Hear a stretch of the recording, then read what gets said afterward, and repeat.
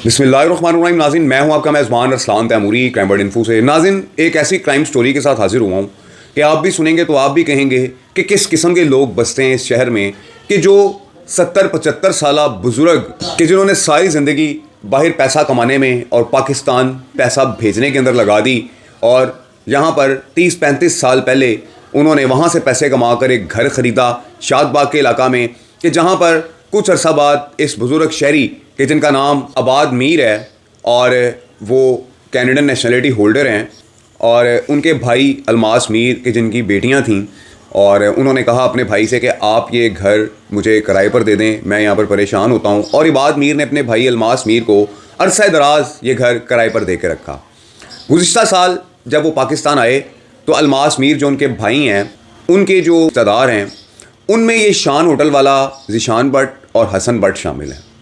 नाज़रीन, जब ये सारा मामला हुआ और उन्होंने अबाद मीर से कहा कि आप ही हमें घर बेच दें, तो नाज़रीन ज़ीशान भट्ट और हसन भट्ट नामालूम अफराद के साथ इनके घर गए और इनके घर जाकर इनसे कहा कि आप हमें अपनी रजिस्ट्री दिखाएं, हम देखना चाहते हैं कि आपके नाम पर है या नहीं।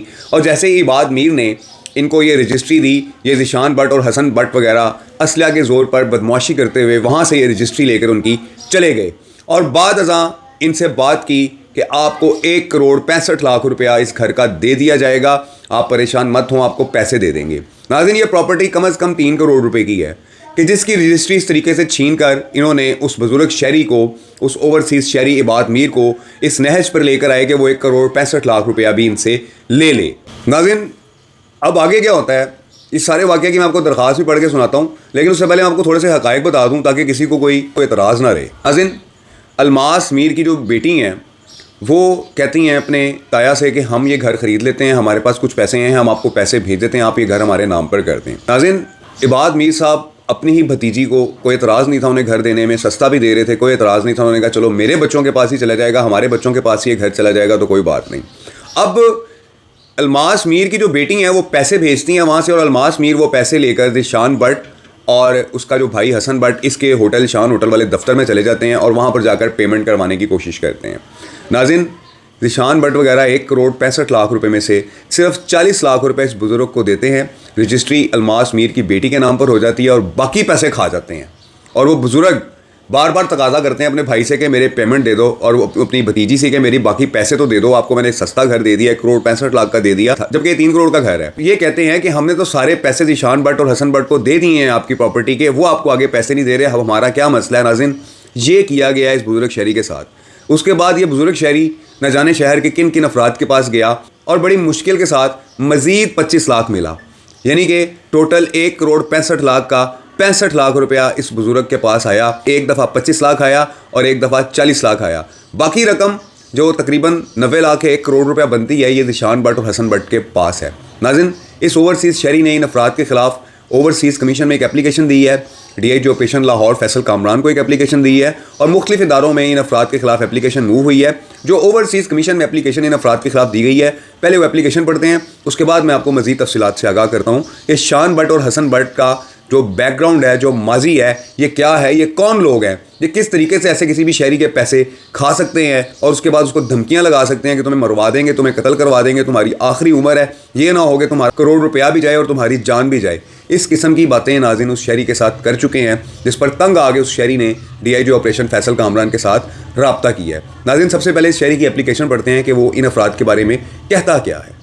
बखिदमत जनाब ओवरसीज़ फॉरेन अफेयर्स साहब लाहौर अनवान दरखास्त बरखिलाफ अलमास मीर वगैरह। जनाब अली मौतबाना गुजारिश है कि साहिल मुसम्मी की उम्र इस टाइम 76 साल है और ज़ईफ़ुल उम्र हूँ और 53 साल से बहरीन और कनाडा में मुकीम हूँ और कैनेडियन शहरियत का हामिल हूँ। मैंने एक मकान रकबा तादादी 8 मरले तकरीबन 30 से 35 साल कबल अकरम पार्क शादबाग में खरीद किया और इसको किराया पर देकर बैरून मुल्क चला गया। अरसा तकरीबन 10 साल बाद मेरे हकीकी भाई अलमास मीर ने मुझसे फ़ोन पर रब्ता किया और मुझे कहा कि मेरे पास रहने को घर नहीं है और मेरी 3 छोटी छोटी बेटियां हैं, आप मुझे अपना शादबाग वाला घर किराए पर दे दो। जो मैंने भाई होने के नाते से किराएदार से मकान खाली करवाकर अपने भाई अलमास मीर को दे दिया। आज तक इसने मुझे कोई किराया ना दिया, मैंने छोटा भाई होने की वजह से इससे कोई मुतालबा भी ना किया। अब मैं 26 जुलाई 2024 को पाकिस्तान वापस आया, अपने भाई इशफाक मीर के घर पैरागॉन सिटी में क़याम पजीर हूँ। मेरे आने 3 दिन बाद मेरे बहनोई आबिद मीर जो कि मेरा चचाजाद भाई है, जो कि प्रॉपर्टी डीलर भी है, और ज़ीशान उर्फ शानू भट्ट वल्द वहीद बट जो कि मेरे हकीकी भाई की साली का बेटा है और किसी नामालूम शख्स को सामने आने पर शनाख्त कर सकता हूं, इन तीनों ने मुझे कहा कि आप ये मकान अपने भाई अलमास मीर को फरोख्त कर दें। जो मेरा इनके साथ मकान का सौदा 1,65,00,000 रुपए में हुआ कि मैं बड़े भाई अशफाक मीर और दिगर अहले खाना के रूबरू हुआ। ज़ीशान और शानू भट्ट वगैरह मेरे मकान की असल रजिस्ट्री मुझसे लेकर गए और ज़ीशान और शानू ने कहा कि आपको कुछ दिन बाद अपने ऑफिस वाक़या मैकलोड रोड वाक़या शान होटल बुलाऊंगा, वहाँ आकर अपने दस्तखत व निशान अंगूठा जात करके अपनी रकम ले लेना और मुझे 10 लाख कैश दिया कि अपना बैंक अकाउंट लाहौर में खुलवा लें। और 3 से 4 दिन बाद इसने मुझे अपने ऑफिस बुलाया, जो आबिद मीर अपनी मोटरसाइकिल पर बिठाकर मुझे शान और शानू भट्ट के ऑफिस ले गया। वहाँ पर मेरे पहुंचने से पहले मेरा भाई अलमास मीर, इसकी बेगम नुसरत और इसकी बेटी जुबा साद, इसका खामद साद, ज़ीशान भट्ट और शानू और 3 से 4 दीगर अफराद भी मौजूद थे। ज़ीशान और शानू भट्ट ने मुझे कहा कि पेमेंट मुकम्मल मेरे पास आ गई है और पेपरों पर साइन अंगूठा सबत करके अपनी रकम ले लो। जो उन्होंने कंप्यूटर सेक्शन पर मेरे अंगूठे लगवाए जो कि नादरा के रिकॉर्ड में जाहिर नहीं हो रहे थे। जो ज़ीशान भट्ट ने कहा कि इनको नादरा ऑफिस ले जाऊंगा। जो कार में ज़ीशान भट्ट और शानू भट्ट का ड्राइवर और आबिद मीर, जुबा साद जिसके नाम रजिस्ट्री करवाई गई और इसका वकील मुझे शिमला पहाड़ी मुझे नादरा ऑफिस लेकर गए। जो नादरा ऑफिस में भी मेरे फिंगरप्रिंट्स आइडेंटिफाई ना हो रहे थे। इसके बाद ये लोग मुझे जिला कचहरी, वहां पर इन लोगों ने मेरे साइन अंगूठे रजिस्ट्री पर करवाए। इसके बाद मेरे इनके साथ अपनी अमानत पड़ी हुई 1,65,00,000 रुपए लेने ज़ीशान और शानू भट्ट के दफ्तर चले गए, क्योंकि मुझे ज़ीशान और शानू भट्ट, अलमास मीर, आबिद मीर, जुबा साद वगैरह ने कहा था कि मैंने आपकी रकम ज़ीशान और शानू भट्ट के दफ्तर अमानत रखी हुई है, आप वहां से अपनी रकम ले लें। जब मैं इनके साथ ज़ीशान और शानू भट्ट के दफ्तर पहुंचा तो इन लोगों ने ड्राइवर को कहा कि तुम इनको घर छोड़ो, इनकी रकम गाड़ी में पड़ी हुई है। जो ज़ीशान और शानू भट्ट, जिसका ड्राइवर, जिसका नाम मैं ना जानता हूं, सामने आने पर शनाख्त कर सकता हूं, और आबिद मीर और मैं कार में बैठ के गाड़ी में हम तीनों आबिद मीर के घर लाहौर मेडिकल सोसाइटी पहुंचे और ज़ीशान और शानू भट्ट के ड्राइवर ने कहा कि रकम गिन लो, जो कि आबिद मीर ने कहा कि रकम ठीक है। वो ड्राइवर उतार कर हमें चला गया। अंदर जाकर मैंने और आबिद मीर ने रकम गिनी तो 30 लाख रुपए थी। मैंने आबिद मीर से कहा ये तो 30 लाख है, बाकी की रकम कहाँ है? इस पर आबिद मीर ने कहा कुछ दिन बाद आपके अकाउंट में रकम आ जाएगी। और चंद दिन बाद आबिद मीर ने ज़ीशान और शानू भट्ट को मेरे सामने फोन किया कि बकाया रकम कहाँ है। तो इस पर ज़ीशान भट्ट ने कहा कि बकाया रकम तुम 1 माह बाद दूंगा। इसी असना में वो बीमार होने और अस्पताल दाखिल होने का ड्रामा करता रहा और जो रकम उन्होंने मुझे दी थी वो मैंने आबिद मीर के साथ जाकर अपने अकाउंट में जमा करवा दी। और कुछ अर्सा तक ये लोग मुझसे वादा वईद करते रहे और कुछ अर्सा बाद ज़ीशान और शानू भट्ट और आबिद मीर अपनी फैमिली के हमरा उमरा पर चले गए। मैं अपने भाई इशफाक मीर के हमरा अलमास मीर के घर शादबाग गया और अपनी बकाया रकम का तकाजा किया। अलमास मीर ने कहा कि ज़ीशान भट्ट और आबिद मीर आपके पैसों से उमरा कर रहे हैं, हम वापस आ गए। जब ये लोग उमरे में वापस आए, मैंने अपनी रकम का मुतालबा किया तो इन लोगों ने कहा कि आपने अपनी रकम वापस ले ली है, क्योंकि वो उम्रे पर गए हुए थे। इस दौरान मैं अपने भाई के घर पैरागॉन सिटी रुक गया। जनाब, इन तमाम लोगों ने हम असलाह होकर मेरी उम्र भर की जमा पूंजी हड़प कर ली है। मेरे शुरुगुल करने पर इन मुलजमान ने पिछले माह मजीद 25 लाख मुझे दिया, जो मुझे मिल गया। मेरे 90 लाख जो कि इन्होंने अपने पास बतौर अमानत रखी थी कि रजिस्ट्री पर साइन अंगूठा करके हासिल कर लो, लेकिन उन्होंने रकम खुद बुर्द कर ली है।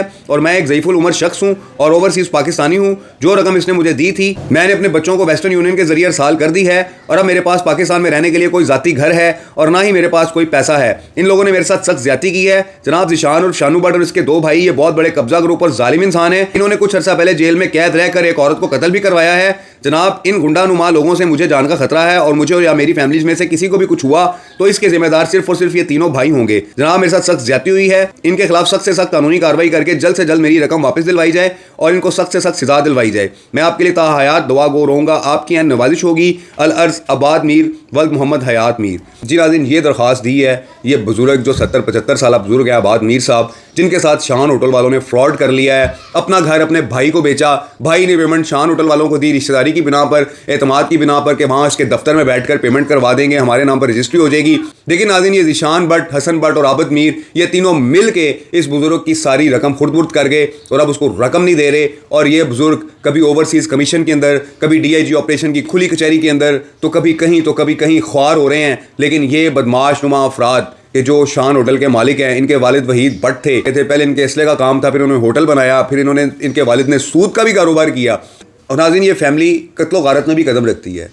शूटर्स पाल रखे हुए हैं इसने, शान मीर ने शूटर्स पाल रखे हुए हैं इन अफराद ने कि जो लोगों को सरेआम कत्ल कर देते हैं। कि जैसे जब ये जेल में थे तो इन्होंने एक खातून को मर्डर करवाया था कि जो मुद्दइया थी इनके कत्ल केस की। और नाज़रीन, उसके बाद फिर इनकी ज़मानतें हुई, ये बाहर आ गए। इस किस्म का नाज़रीन इनका मामला है। इसी तरीके से शहरियों का पैसा अपने दफ्तर में बुलाकर एक इन्होंने जगह बनाई हुई है लूट मार के लिए, उस जगह पर वहाँ बुलाते हैं और पैसे लूट लेते हैं। कोई पूछने वाला नहीं है इनको। CCD खामोश है ऐसे गुंडों बदमाशों के लिए कि जो लोगों के पैसे छीन लेते हैं, रजिस्ट्रियाँ छीन लेते हैं, रोब दबदबा दिखाकर अपना। इनके लिए CCD बिल्कुल नाकाम हो चुकी है। इनको नहीं पकड़ती CCD। इनके लिए तमाम कानून जो है वो फ्लॉप हो जाते हैं। ये वो लोग हैं कि जिनके खिलाफ कार्रवाई करके ऐसे लोगों को इंसाफ दिलवाना चाहिए। सारा दिन लाहौर में कभी उस गुंडे को पकड़ लिया पुलिस ने, कभी उस गुंडे को पकड़ लिया। इन गुंडों को कौन पकड़ेगा? इनको कोई पूछने वाला नहीं है। ये इतने बड़ा जो माफिया बैठा हुआ है, इनके कारोबार तो चेक करें, इनकी कमाई चेक करें, कमाई कहाँ से आ रही है इन लोगों की, कोई इनको पूछने वाला नहीं है। तो नाज़रीन, ये सूरत हाल है कि जहाँ पर एक 35 साल कारोबार करने वाले बुजुर्ग शहरी अब्बाद मीर का, जो उन्होंने 35 साल पहले घर लिया था 8 मरले का, जो 3 करोड़ का घर था, वो अपने भाई की वजह से उसने 1 करोड़ 65 लाख का दिया, और वो पैसे भी ये ज़ीशान भट्ट और हसन भट्ट और याबद मीर वगैरह खा गए। तो देखते हैं इनके खिलाफ कोई कार्रवाई होती है पंजाब में या नहीं होती। इस व्लॉग के साथ इजाज़त दीजिए। अल्लाह हाफिज़।